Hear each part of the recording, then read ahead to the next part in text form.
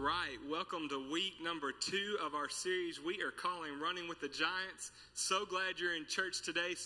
We've had such a great time already, and just want to say hey again to everybody who's in the room, and I want to say hey to everybody who's joining us online out there. And so glad that you're with us. I want to say a special hello to our friend Chad, who's in the hospital. Was hoping to be back around this time, but he hadn't been able to make it back. But I know him and Katie are watching from the hospital today. We love you guys. We're praying for you. Here to support you. Can't wait for you to get home real soon. Hey, church, let's let everybody out there know we love them. Love you guys. I want to jump right on into the message today. We've already taken a little bit of time with other things, but we're in this series, Running with the Giants, and it's based on a passage out of Scripture, out of Hebrews chapter 12. Hebrews chapter 12, verse 1, it says, therefore, and it says therefore because it's referring to the things that he has said previously, so you can find that in Hebrews 11, and that's what we call the Hall of Fame of Faith, or the Hall of Faith, and that's where the writer of Hebrews lists out, and it's not an exhaustive list by any stretch of the imaginations, but it's a list of the men and women of the Old Testament who what Paul's calling in Hebrews a race. He's talking about these people who have run the race before us. And the picture that he paints here is that therefore, since we're surrounded by what he calls such a great cloud of witnesses, and these are the men and women. Last week we talked about Abraham. These are the men and women who are now, they've run their race. They're up in heaven and they're cheering us on. Some of the translations even say the grandstands of heaven. So if you can even picture it, it's like we're running our race here on the track, and they're up in the grandstands, and they've got their pom-poms and they've got their flags, and they're cheering us on. Come on, you can do it. You can do it. But in a crowd like that, it can get really noisy. Like, it's hard to pick out individual noises unless you're watching it on television. And then sometimes there's like always that one fan who's sitting too close to the announcer booth. Like, this happens in sports on radio more than it happens on TV. But there's like somebody sitting right next to that booth, and they're the one who every 2 seconds is going, woo, woo. Have you ever heard that? That's just me. Like, just throughout the game, it's like, can't somebody go out there and ask that person to either curb their enthusiasm a little bit, or just to move over? We're trying to run a broadcast here. It's hard to hear the particular cheerings in a crowd like that. And so the idea of this series, and we actually got this from a book that John Maxwell wrote. He wrote 3 kind of on this topic line. Well, what would it look like if some of those saints from the Old Testament, and even some from the New Testament, what if they could come down and run a lap around the track with us? If they could come down and besides just cheering us on, what would they have to say? What would they have to say to encourage us on this race that we're on? Because Paul says, hey, we're all on this race. And if we're going to run it well, then we're going to have to throw off everything that hinders us. And we're going to have to get rid of the sin that's entangling us and holding us back, so that we can run with perseverance. And what Hebrews 11 identifies is that every one of these has run their race, and they have persevered, and now they're cheering us on to persevere and run the race that's marked out for us. And each one of these, I believe, could come down and encourage each and every one of us on this journey. And last week we looked at Abraham, and the idea was that what do we do when it doesn't seem like we understand God's ways? We got to be convinced that God's way is always right. Such a powerful message. If you missed it, I encourage you to go back and check it out on our website or on YouTube. You can find them there. It's a great and encouraging message.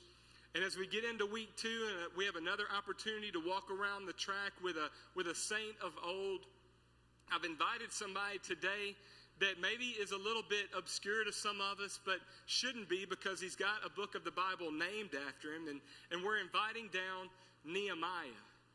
Nehemiah, if you're unfamiliar with Nehemiah, again, there's a book. Abraham never had a book named after him, although I tried to do that last week in the early service. If you weren't here, sorry. But I tried to rename the book of Genesis to the book of Abraham. But Nehemiah really did have a book named after him. Nehemiah, as a matter of fact, if you go through the Old Testament, I don't know if you learned the song or not: Genesis, Exodus, Leviticus, Numbers, Deuteronomy, Joshua, Judges, Ruth, 1st and 2nd Samuel. That's right. I know the order. I just don't know how to sing the song. I didn't learn the song, which is probably why it took me too long to learn the books of the Bible in order.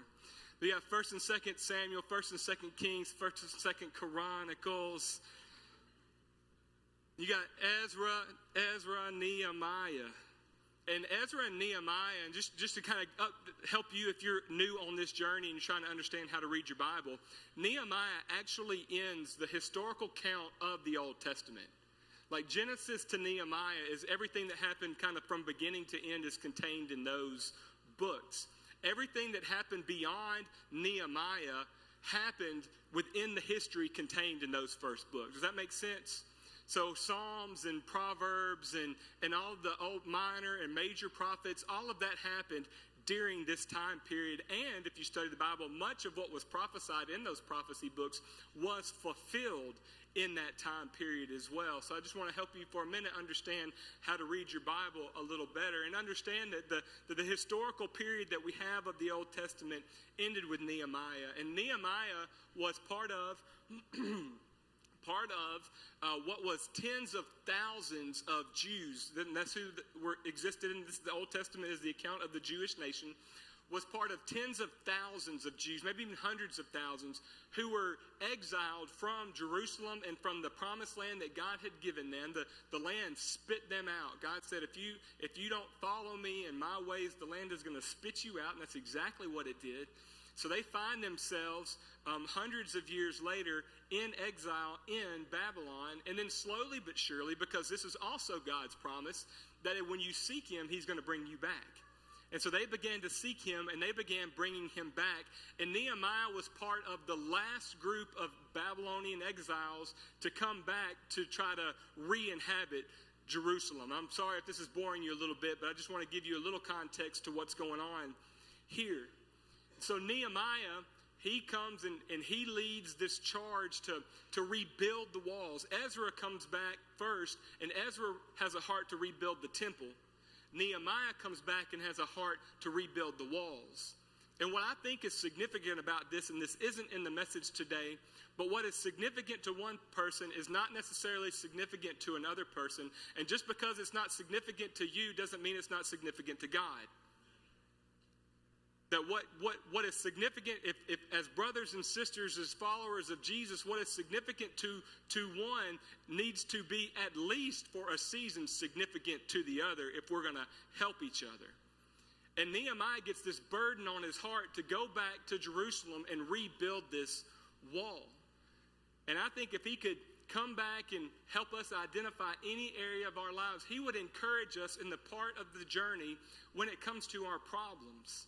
And today's message is for when your problems overwhelm you. What do you do when your problems overwhelm you? So Nehemiah is there. He's in exile, but although he is in exile, he is the wine taster for the king. He tastes the wine. I mean, it's a very exalted, it's a very noble position, especially for somebody who's technically, we use the word exile, he's a slave. And it's a very exalted position to be right next to the king day in and day out, tasting his food, tasting his wine, serving him in that way. It's a very noble position. And then his brothers come back from Jerusalem, and they've been exiled for over 100 years now. And his brothers come back, and he says, hey, give me a report. What's going on? Like, by this time, he's like, I know Ezra's there. They're rebuilding the temple. Like, there's some stuff going on. I think he had some hopes and some expectation that he was going to get a good report. But he doesn't. They give him a bad report. And that's a problem for him. We're going to read it in just a minute. But I want us to have this thought going into it, because I know everybody in here's got a problem. Anybody in here got a problem? Come on. Here's what I know. I got problems, right? You got problems. All God's children's got problems. And if you didn't raise your hand saying you don't have a problem, that's your problem, okay? There's something somewhere, okay? I'm not trying to magnify something small either, right? I mean, I'm not trying to make a mountain out of a molehill by any stretch of the imagination. But we've all got something going on. And for those days when our problems overwhelm us and we're not sure what to do, I think Nehemiah would encourage us that no problem is too big when you have help. No problem's too big when you have help. When your problems overwhelm you, it is not time to get discouraged. It's time to get help. And Nehemiah does that, and we see the story in Nehemiah chapter 1. And these are the words of Nehemiah, son of Hakaliah, in the month of Kislev in the 20th year, while I was in the citadel of Susa. Hananiah, one of my brothers, came from Judah with some other men, and I questioned them about the Jewish remnant, right? What's going on back in Jerusalem? And they said to me, those who survived the exile are back in the province and are in great trouble and disgrace. The wall of Jerusalem is broken down, and its gates have been burned with fire. And he says, when I heard these things, I sat down and I wept. For some days I mourned and fasted, and I prayed before the Lord of heaven. And then I said, come on, just like what we've been saying and singing this morning.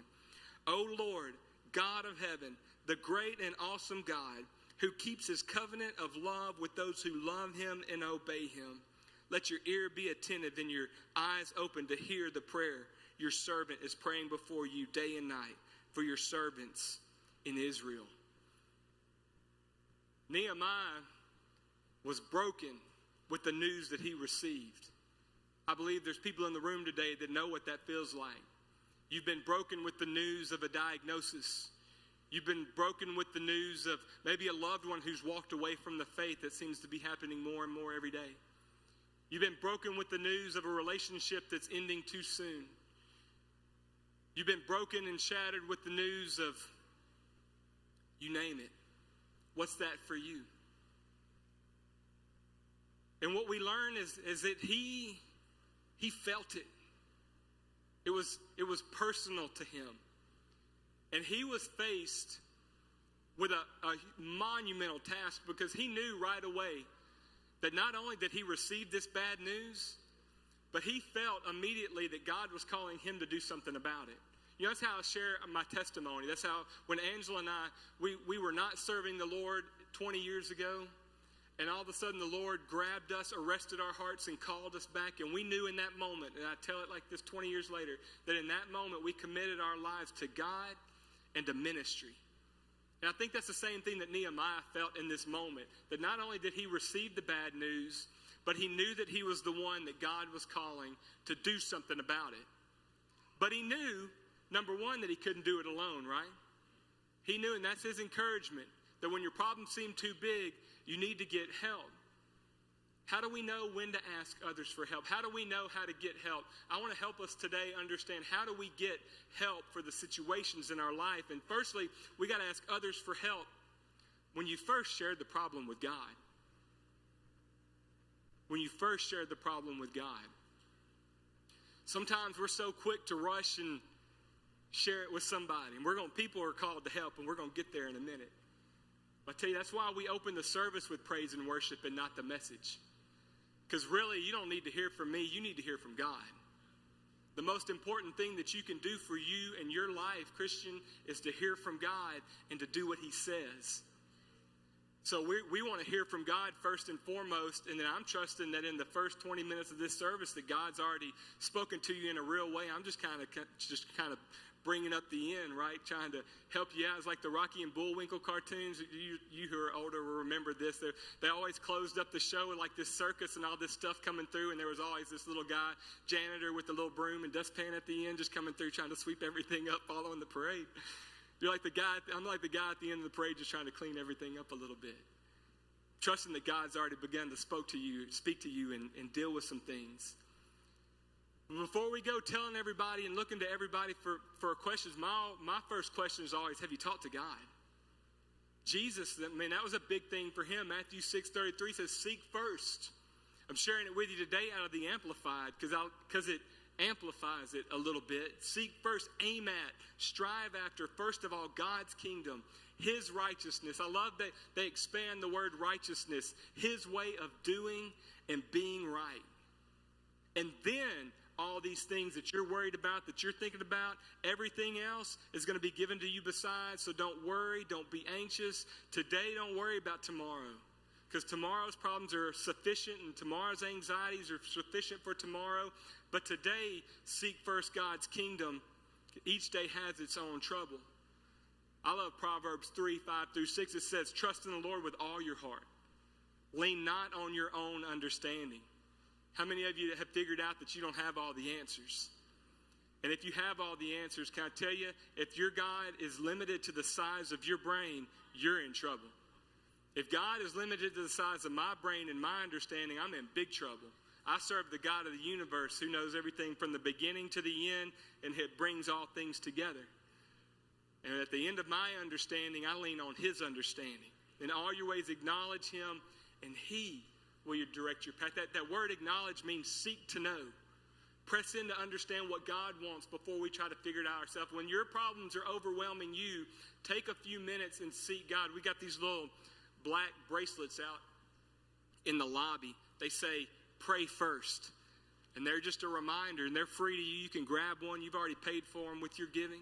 Just grab one as you go, wear it, and put it on your wrist to remind you every time you get tempted to worry about your issue, you get worried about your problems, your problems overwhelm you. Just remember, hey, first and foremost, take it to God through prayer. Pray first, everybody. Everybody say pray first. And that's what we see that he does. He goes to God first in prayer because he knows where the answer is. And he begins to pray even because he feels like the king's called to help. I mean, he's in the court of the king, favored of the king. If somebody's going to help, who's going to help? It's going to be the king. But he even has it boldly enough. He's even bold enough to ask. He's even bold enough to present it because the problem's so personal. And that's a great time to ask. When the problem becomes personal, that's when you need to ask for help. Ask for help when the problem becomes personal. And that's what he says. He says, I answered the king, if it pleases the king, if your servant can go. He says it exactly like this. He says, because I want to go to the city in Judah where my ancestors are buried. Right? I mean, I'm not going to, it's not like feeling called to in the mission field to some country that I've never necessarily been to. I mean, this to me identifies really strongly with our calling to plant the church. Right? That we came back. I'm from East Texas. I'm from Jacksonville. Everybody pray for me. And like Jesus said, when they called Nathaniel went to follow Jesus, and they asked Jesus, they said, hey, Jesus is from Nazareth. Nathaniel said, can anything good come from Nazareth? You know, sometimes that's how I feel about being from Jacksonville. But yes, a lot of great people from Jacksonville. Love my Jacksonville roots. But it was personal for him. And when it gets personal is a time that you really know that you need help. How many of you know it's hard in the moment when something's so personal and so deep to have a clear perspective on it? And that's one of the reasons that we're looking at these saints from the Old Testament, because they've been there and done that. So who has better perspective for your situation? Somebody from the outside looking in, or somebody who's in the middle of it in the moment that's concerned and eaten up and maybe anxious and overtired and worried? Right? Who has the clear perspective? We see that in Job. I mean, some of it wasn't very helpful for Job, but there's some people in your life that are there to help, to speak into it, to guide you, that you're not doing it alone. You're not doing life alone, everybody. You got to have help. So when the problem gets personal, ask people for help. Ask people for help when you are willing to do your part. Did you know, this might surprise you, some of you, this is going to be news to you, there's not a Bible verse that says God helps those who help themselves. So don't ever post that on Facebook again. You've been warned. And if I see you post that on Facebook, I'm gonna call you out, because that's 15th Peter 1:28-12 or something. No, that's not a verse. But can I tell you what? God wants to be your partner throughout life. That He doesn't expect you to do it all on your own, but He does expect you to do your part. When I was in high school, I was almost completely out of church by this point. It was my last, this might have put me over the edge actually. I had gone to summer camp that summer with the church, and we were coming back on the charter bus. I was sitting by myself, and I had one of those hand grips. I don't even know what I was doing with it. But I had one of those hand grips, with the little coil at the top, and you squeeze it. And I was doing that, and I began to think, I was having this spiritual moment. I was writing a sermon in my head, even at 17. I was writing this sermon in my head. It was like, when it gets going too hard, then we just turn it over to God. And God starts squeezing. I thought, man, that's awesome, Les. You need to write that down. That's scripture. One too long after that, the pastor comes and sits down next to me. He's like, what's going on, Les? And I said, man, look what I just felt like the Lord showed me, or however I said it. And I told him, he said, yeah, Les, that's pretty good. He said, but what I think more what it's like is that we work it with that hand, and then we allow God to come in. I can't do it because I got a mic in my hand. But he puts his hand over our hand and helps us do it together. And I thought, you sorry dog. I had a word from God, and you just ruined it. I had to grow up. But that's exactly how it is. That God wants to be a partner with us for life. And we see that in what Nehemiah continues to say in chapter 2, verse 5, as we go through the story. He said, then I prayed the God of heaven, and I answered the king, if it pleases the king, and if your servant has found favor in his sight, let him send me to the city where my fathers are buried, so that I can rebuild it. Now, he didn't rebuild it by himself, and I don't think he had any misgivings that he was going to have to rebuild it by himself, but he was willing to. Like, he was willing to do whatever it took to fix the problem. That's what I'm talking about. That we have to be willing to do our part in solving the problem, even when we're asking for help. Ask for help when you're willing to do your part in the situation. I mentioned this as we worship. For those of you who didn't see this online, there's this place in Scripture where this guy brings his son who's possessed with these demons, and when the demons and the possession comes on him, it throws him down on the ground, and he rolls around the ground. Foam comes out of his mouth. It rolls him into the fire. It tries to drown him in water. Like, all this crazy stuff's happening. What we learn in the end of the story is that the disciples asked, why couldn't we cast this out? And Jesus' ultimate answer is because this only comes out through prayer and fasting. But in the moment, like, Jesus ain't waiting to teach the lesson before he solves the problem. Like, let that sit on you for a minute. God's not waiting for you to get the lesson before he fixes your problem. You can get the lesson after the problem's fixed. God's not holding this thing over you, somebody. But Jesus, in the moment, he says, hey, what do you want me to do? And the guy cries out to Jesus. The guy brings the problem to Jesus. I mean, this is silly to me. The guy brings the problem to Jesus and then says, Jesus, if you can do anything, heal my son. To which Jesus says, what do you mean, if I can do anything? Like, I think it's part like, have you not heard what I'm doing? Part of it's like, hey, you brought him to me. Like, Jesus didn't have any pride. That would be sin, so it's nothing like that. But Jesus, what I've realized is Jesus was challenging the guy. What do you mean, if I can do anything? Like, you've come and thrown your son at my feet, wanting me to fix the problem. And is this as far as you're going to take this? Is this as far as you're willing to go to be a part of the solution to the problem? Jesus says, if you can believe, all things are possible to him who believes. Let me tell you, you may have a problem in your life that you can't physically lift a finger to change. Okay, I get that. That whatever it is you're facing, the mountain in your life, the problem in your life, there's nothing in the natural that you can do to do anything about it. But that does not absolve you from the responsibility of trusting God and being full of faith that if I'm bringing it to God, I'm trusting that he can bring an answer. Right? We don't get to just relegate the issue to God. We bring it to God full of faith, trusting that if I'm bringing it to him, I'm bringing it to him because he can do something. And if I'm going to take any time to go ask anybody to help me do anything, I'm willing to at least do that part. I'm willing to at least believe. And that's when he says, I do believe, right? Help my unbelief. That's where you need friends.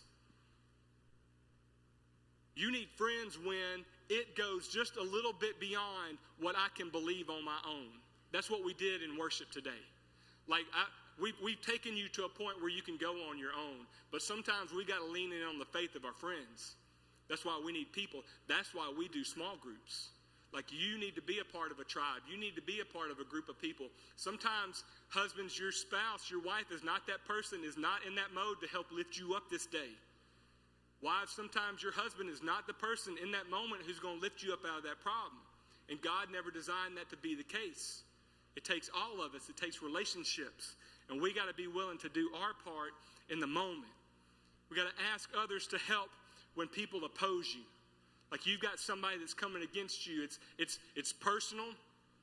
It's an issue. And I've talked to enough people in my 20 years to know that everybody doesn't want you to get better. Some people are only fulfilled when they see that you are not. Some people are only satisfied in the misery of somebody else's situation. They can't help you. They don't want to help you. I was talking to somebody a little while back, was going to their family. They were trying to, I don't know where you fall on the spectrum of these spiritual things, but they really felt like they were experiencing something that had been happening for generations in their family. And we would call that a generational curse. And they were ready to take a step and just, kind of own their moment, willing to do their part to break what we would say, break this generational curse off of their life. And they went to their mom, and she's like, why would you do that? Like, not just, I don't believe in that, or not just, but like,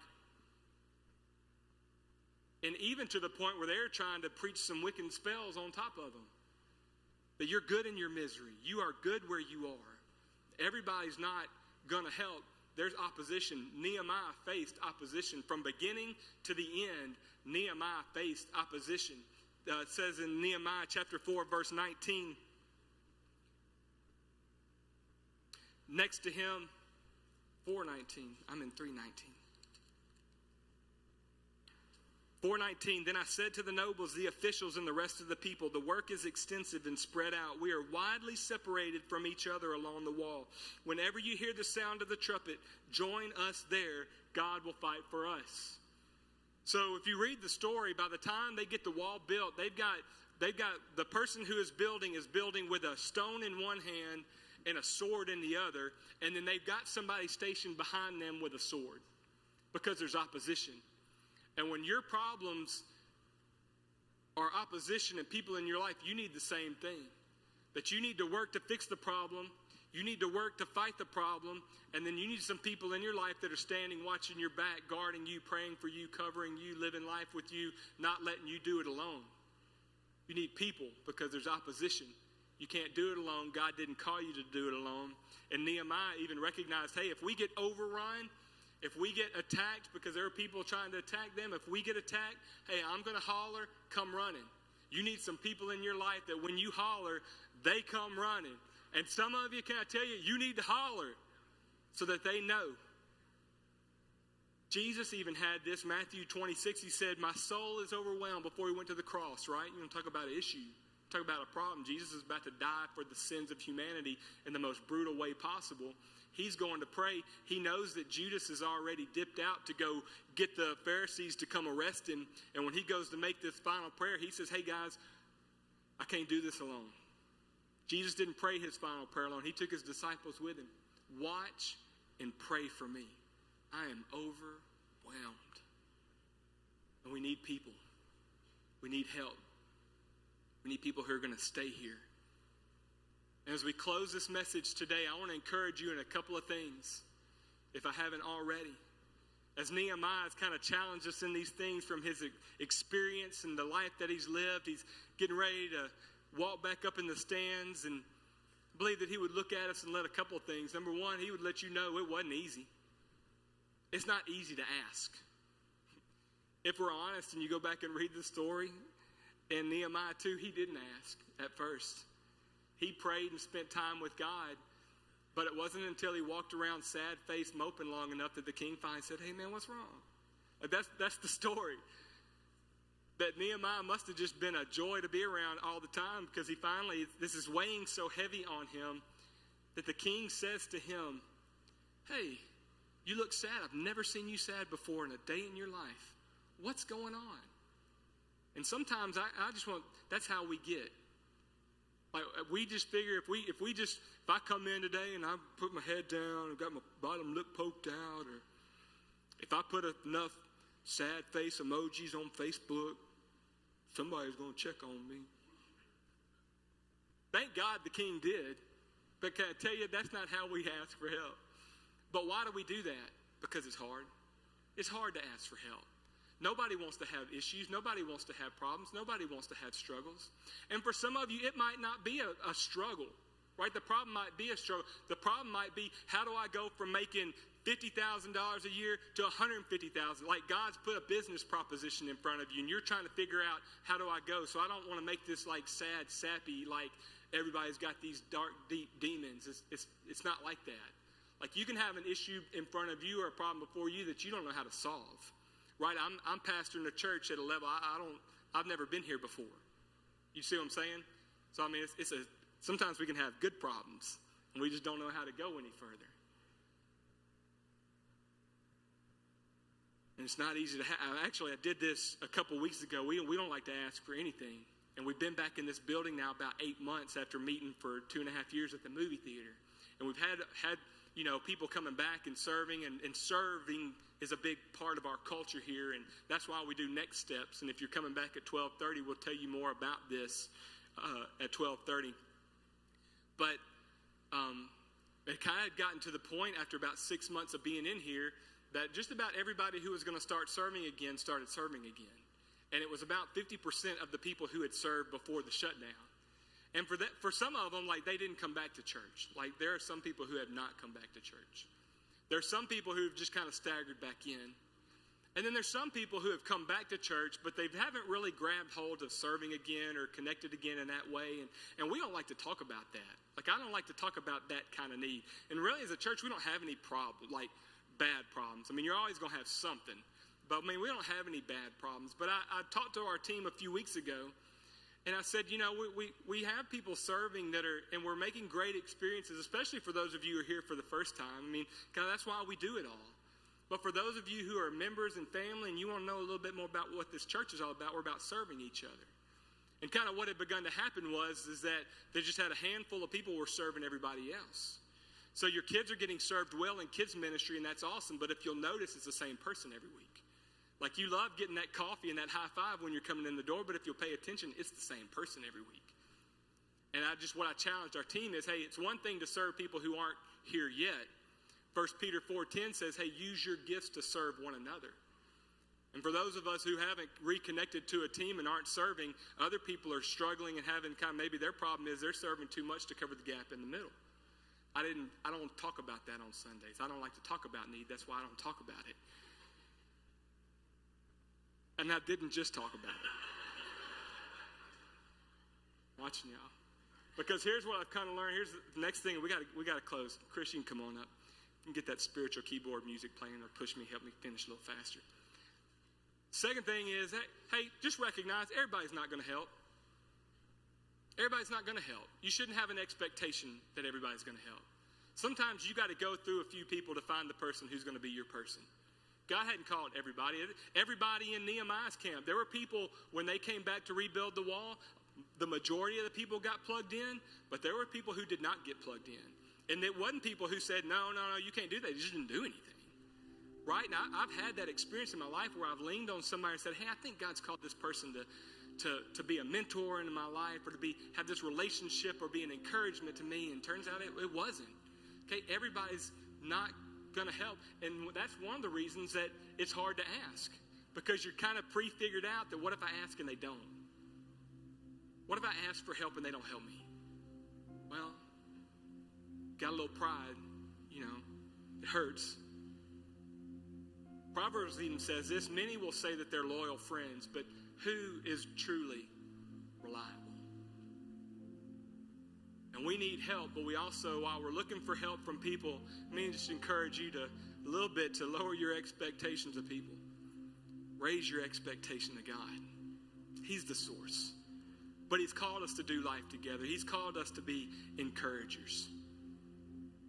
I think Nehemiah would encourage us in, hey, don't forget to celebrate, which is what they did. You get to chapter 8 and they've got the wall rebuilt.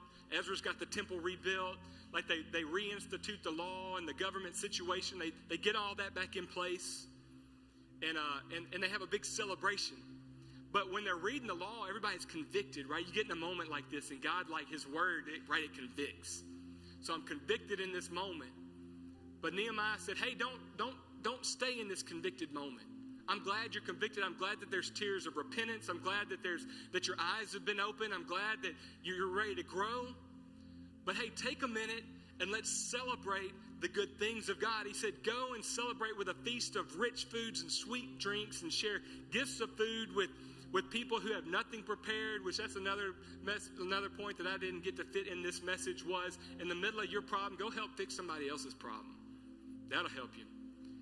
He said, this is a sacred day for the Lord. Don't be dejected and sad. You've heard this one before. We ... this one all the time. For the joy of the Lord is your strength. You know, ... like we omit the first half and then we read the second half. That's where that came from. For the joy of the Lord is your strength. That when you've walked through your issue, you have walked through your problem, and you have gotten to the other side, don't forget to celebrate. You can be happy.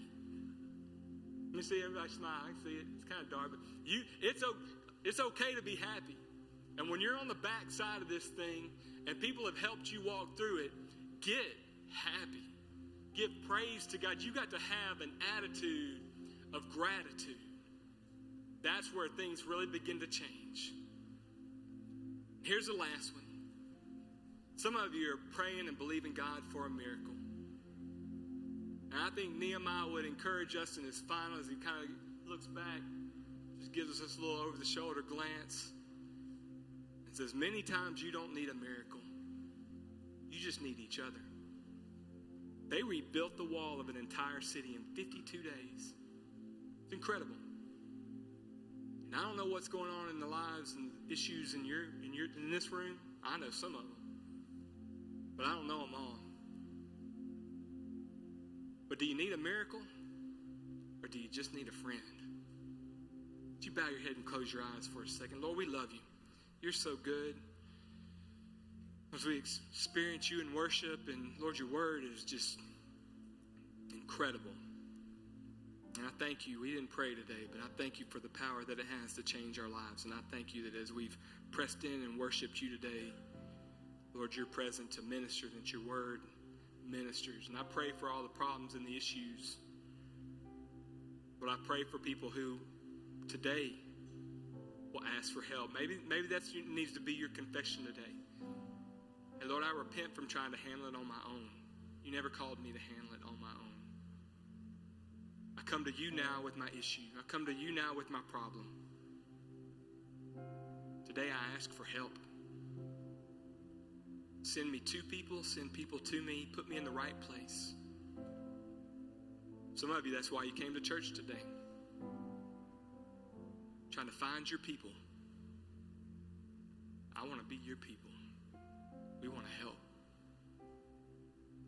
The first step in all that is having a real relationship with Jesus. And I want to ask you today if you have one. What do you mean, Les? Do I have a real relationship with Jesus? Well, does it affect what you do? Does it affect what you say, what you don't say, where you go and where you don't go, what you watch and what you don't watch? Are you excited about going to church? Are you excited about involving people in your life? Let me ask you this, because it's an eternal question. Do you know how you'll spend eternity? Because this life is just temporary. Things go on forever.